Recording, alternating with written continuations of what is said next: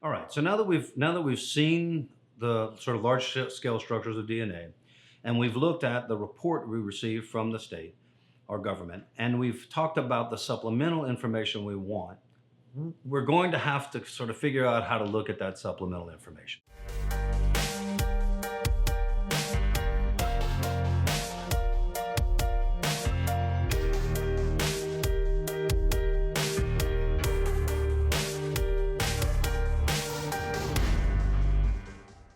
Now, having looked at the component parts of that lab report, now we get a sense of understanding about what the state's saying to us about a particular DNA profile, about your client's particular DNA profile, or about an unknown sample found, whether it's a single source, a mixture of one, two, three, or more people, how that's been deconvoluted or how it's been extracted, right?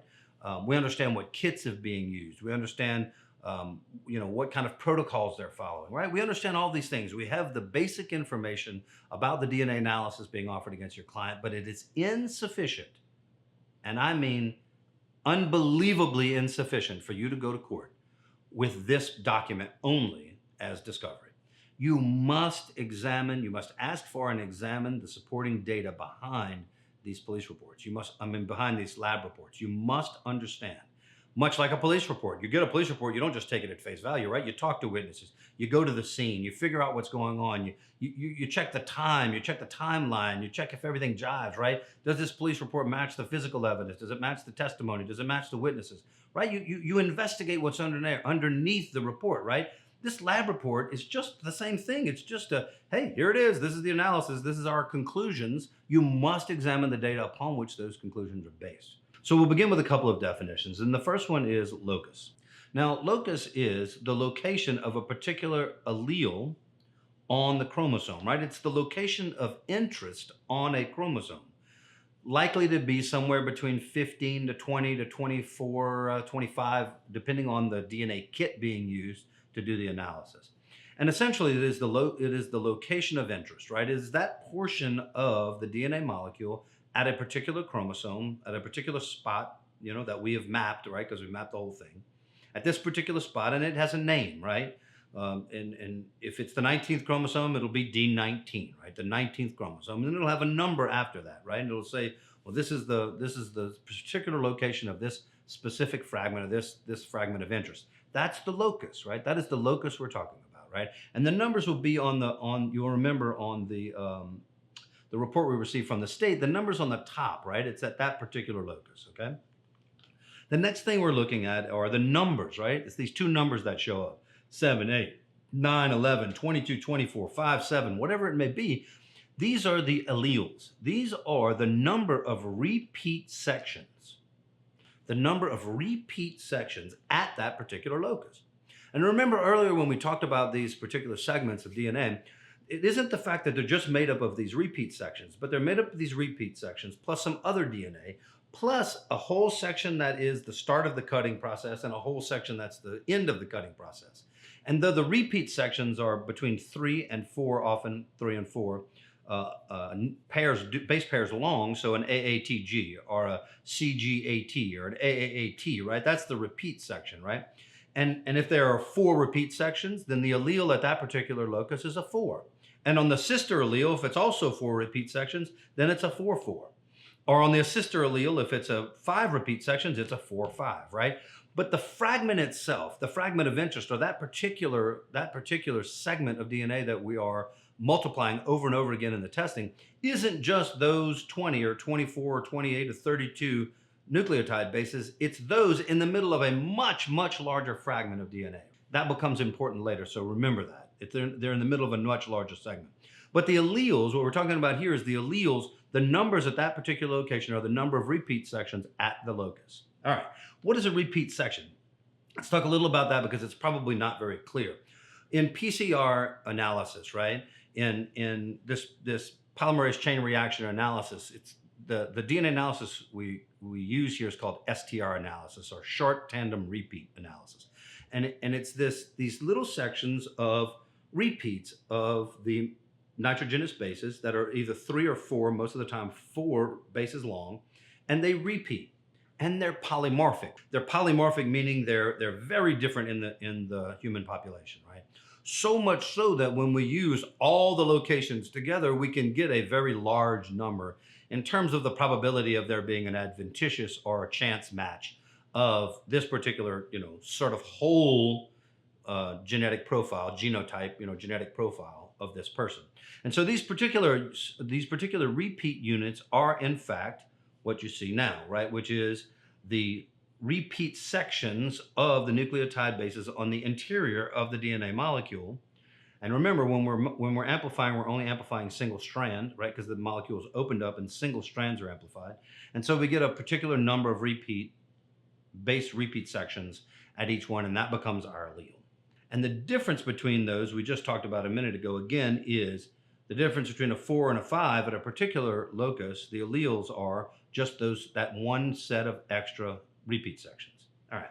What's a genotype? Just said this word. Genotype is the alleles present at a particular locus of an individual. So if someone's a 4-5 at a D19 locus, then that person, their genotype at that particular locus is a 4-5. Pretty straightforward, right? And it's important to remember that when I give a genetic profile to a particular sample, right? If I leave my skin cells somewhere and we analyze that sample, my entire genetic profile is in that sample. A genotype at every locus is in the sample. Now, whether or not that's amplified in the process, whether or not there's inhibitors, whether or not there's degradation, whether or not that full profile comes out every time, is something that we will address in the future. But the whole profile is going into that experiment, right? Because the DNA inside the nucleus is still intact when it goes into that experiment, right? That's the manner of DNA analysis that we get the full molecule. So a genotype at a particular locus is one of those numbers, right? A 4-5 or 7-10, whatever you may be at a particular locus. And those at those particular locus, the genotype can be one of two things. It can be a heterozygote or a homozygote, right? Heterozygote is a 4-5, right? The numbers are different. The sister alleles, the repeat section numbers on the sister alleles are different. Or it can be a homozygote, which means that the repeat sections on the sister alleles are different. One of them's a 4 and one of them's a 5. Where the locations are, and this is important going back to what I just said about putting our full DNA profile into every experiment. Every time I leave a skin sample, I leave a skin cell. That skin cell has a nucleus, and inside that nucleus is my full genetic complement, right? Every cell that has a nucleus that has genetic material in it has a full complement of my genetic material. The full genome is in every cell. And so why is that important? Well, let's take a look at the location of the core loci, right? Let's take a look on the DNA molecule, on the chromosomes, where these locations are on the whole. Moving on from that, now that we understand a little bit about where these things come from, what these repeat sections look like, what we're looking for when we do these analyses, let's talk a little bit about the actual process itself. What occurs from the scene of a crime to the lab?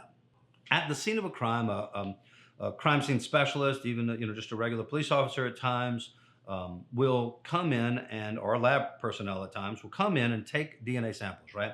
Or they'll take what they suspect to be DNA samples. They'll take a cotton swab. They'll wipe the swab on surfaces where they expect DNA from the perpetrator of a particular crime to be. And so if it's a crime, let's say it's a burglary, well, they'll swab the point of entry. Was it the doorway? Was it the doorknob? Was it a windowsill or the window? If the person came in and took all your stereo equipment, right? People have stereo equipment anymore? When people come in and take your valuables, just take your jewelry out of your jewelry box. So they had to open the jewelry box. Not only will they dust the jewelry box for fingerprints, they'll also swab it for DNA. Did the person transfer some of their skin cells from their hands, from whatever they contacted the jewelry box with? Did they transfer some of their DNA there? This requires the understanding that's something called Locard's principle. Every contact leaves a trace, right? DNA is transferable. DNA has to be transferable because if it weren't transferable, we wouldn't have DNA analysis. So it has to be possible that I can transfer my DNA to surfaces, to human beings, to objects, and to do so not just in sex assault cases where we're transferring biological fluid to another place, but I have to be able to transfer my DNA to objects. That's why DNA evidence and DNA analysis are insightful and meaningful, because these transfers occur every day, all day long, in the commission of crimes. So the police officer, the lab personnel, the crime scene analyst gathers DNA or gathers biological fluid or unknown fluid from locations that they suspect there'll be DNA. Those swabs are then sent to the crime lab, right? Through a process of turning over evidence to people and comes to the crime lab. The crime lab gets that. They don't know if there's DNA on it. They don't know if there's a ton of DNA, if there's a little bit of DNA, if there's no DNA, if there's mixed DNA, if there's animal DNA. It's right. There's just, if there's garbage, they don't know what's on the swab. And so we have to undergo this process to identify what's on the swab. Okay, the first process is a set of presumptive tests on the swab or on the unknown material. Presumptive tests as to biological fluids like blood, semen, saliva. There's a set of tests that are done, maybe prostate antigen in sex assault cases. There's a set of tests done to sort of identify what these things are. And that's sort of a macro, large scale examination of the evidence. Then the evidence goes from that collection point, that first examination point, into the lab analysis itself. And the lab analysis is done in 6 steps. The first step is extraction. It's getting the DNA off of the swab. It's taking whatever genetic material is there, along with all the other materials that are there, off the swab and extracting the DNA out. Now, this takes some effort, right? Because again, remember, DNA is inside the nucleus of a cell. And so if you have a bunch of skin cells, not only do you have skin cells and cell materials, but you have cell organelles, you have mitochondria, you have the cell walls, you have the nuclear wall, you have all of the other substances that may have been on whatever surface was swabbed, chemicals, dust, dirt, animal fur and animal DNA. You have just a myriad of substances. And so the process of taking that DNA in and extracting as pure DNA as you can get takes some work. Lab analysts will go through the process of pelleting the DNA, taking out all the non-DNA, all the organelles, cellular material, non-cellular material, trash, garbage, dirt, whatever the case may be, all of that out. Then the pellet of DNA itself will be washed, or detergent, right? It'll be washed so that you can get a second set of materials out, which are the things that inhibit DNA amplification or inhibit the process of getting to the DNA. And that's an important step in the process to purify the DNA. Once the extraction and purification is done, you move to quantification. Remember earlier when we talked about those STR locations on the chromosomes? Quantification is done in the exact same manner. It's the replication of target segments of the DNA molecule, just different target segments than the STR segments, than those core loci we talked about, the 15 or 20 or 25.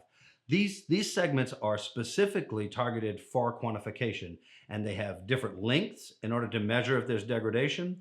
They have different targets. So one of them is a male target, for instance. One of them is a autosomal or human target, so that we can tell if there's male or female DNA and the relative levels of those two contributors to a mixed mixture, for instance.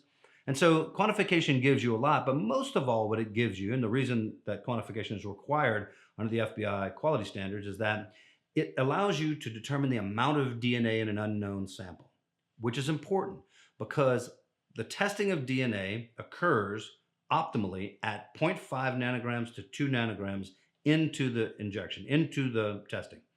The optimal level of DNA is 1 nanogram.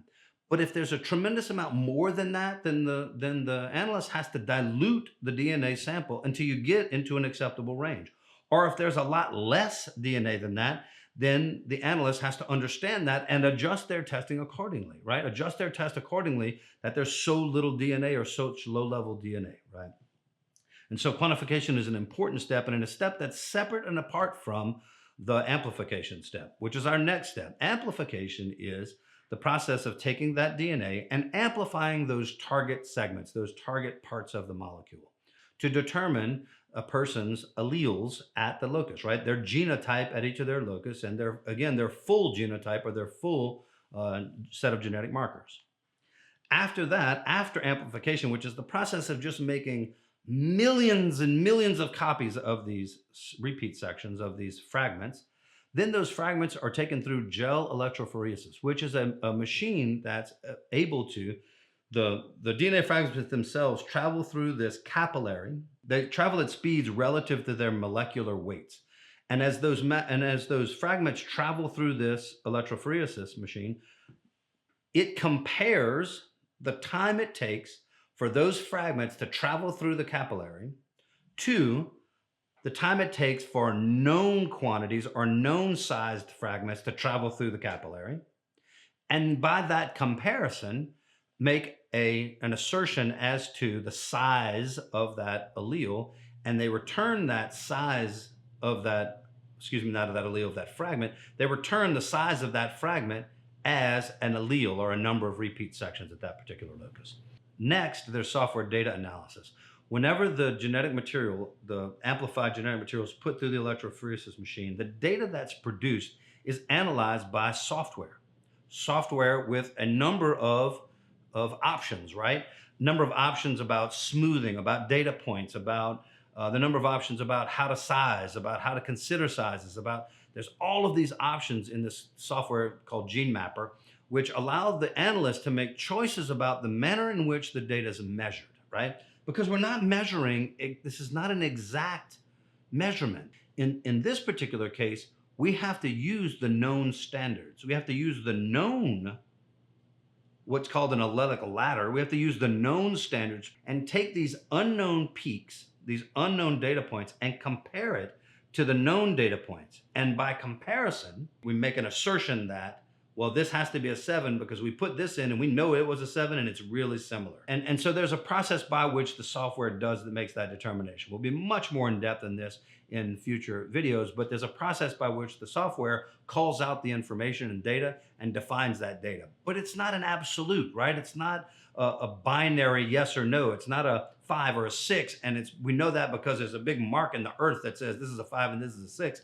It's because of a comparison to another standard. And lastly, and this is the most important 6th step in the analysis of DNA, is human interpretation. It is trivial. If I take a DNA sample from your cheek and we run a DNA analysis on that, we get a full profile. That's your genetic profile. It just is your genetic profile. What's really more interesting in terms of DNA analysis and looking at this data at the granular level are those cases where there's a mixture. Those cases where there's 2, 3, more than 4 people in a particular mixture, and a genetic scientist or a lab personnel wants to come in and tell you something about that that's indicative of your client being involved. And that's when it gets really fishy. That's when it's really suspect. Or when the DNA is at such a low level that you have a partial profile, that instead of getting, when you're looking for 21 locuses, the locations, you only get 7 or 8 or 9. Well, then how do you explain that, right? How does the DNA analyst explain that? The DNA analyst goes through a human interpretation where they try to deconvolute mixtures, or where they try to say that these 10 match enough of your client's genetic profile to assert some kind of mathematical, probability that it's his DNA that contributed to the unknown sample. And when that occurs, it's unbelievably suspect. I mean, that needs challenging. That's not to be just taken at face value. And that's the point of it, right? Is that at each of these steps, as we've talked about the steps, it's clear that this isn't just sort of looking in and seeing a 6 in the microscope and saying, well, he's a 6 right there, and he's a 7 right there, and he's an 8, 9 over there. This is a process. This is a biological process, and it's a comparison of a comparison of a comparison, right? It's a measure of a measure of a measure. And at the end of all of that, there's human interpretation. And so we're not sort of developing the word of God. We're not developing the fundamental fabric of humanity when we look at DNA. What we're doing is conducting an experiment involving human beings, and at the end of which requires human interpretation. And before you accept what the state or government's offering as DNA evidence against your client, it is imperative that you look at it, that you examine the data, that you examine what's being offered, that you examine the underlying data, and you ask what is my favorite question to ask experts on the stand, which is, what's the scientific basis for that statement? What's your scientific support for that statement? And I'll tell you this right now, as a person who knows this science, as an expert in forensic DNA, When I ask someone what the scientific support is, you can bet that I know what it is. You can bet that I have the textbooks and the research on the desk ready to talk to them about it. And I'll tell you, 29 times out of 30, 59 times out of 60, 99 times out of 100, the DNA analyst looks at me and says, huh? Well, I've just been doing it for a long time, so that's the way that it is. And then we work into a cross-examination that includes me giving them textbooks and research documents that I've previously told them to familiarize themselves with. And then we go into why the statements they're making are not supported by the science, why what they're doing is making fantastic guesses that fit their cognitive bias as to the state and as to the evidence against your client. These are important matters, right? These are important matters to challenge. It's important not to allow this evidence against your client without reasonable and substantial aggressive challenge. That's what we're here for. Please come back again. Come back and see the rest of these videos. We're going to put together a whole series of videos that go really granular, really tight in on each one of these ideas. We're going to get very, sort of very small, and in fact, maybe even tedious at times, but meaningfully so that we can see how each of the component parts of this analysis, how each of the component parts of DNA science make a difference. Make a difference in the way that the science comes into the courtroom, make a difference in the way that it's reported to the jury, and frankly, make a difference for your client. Thank you.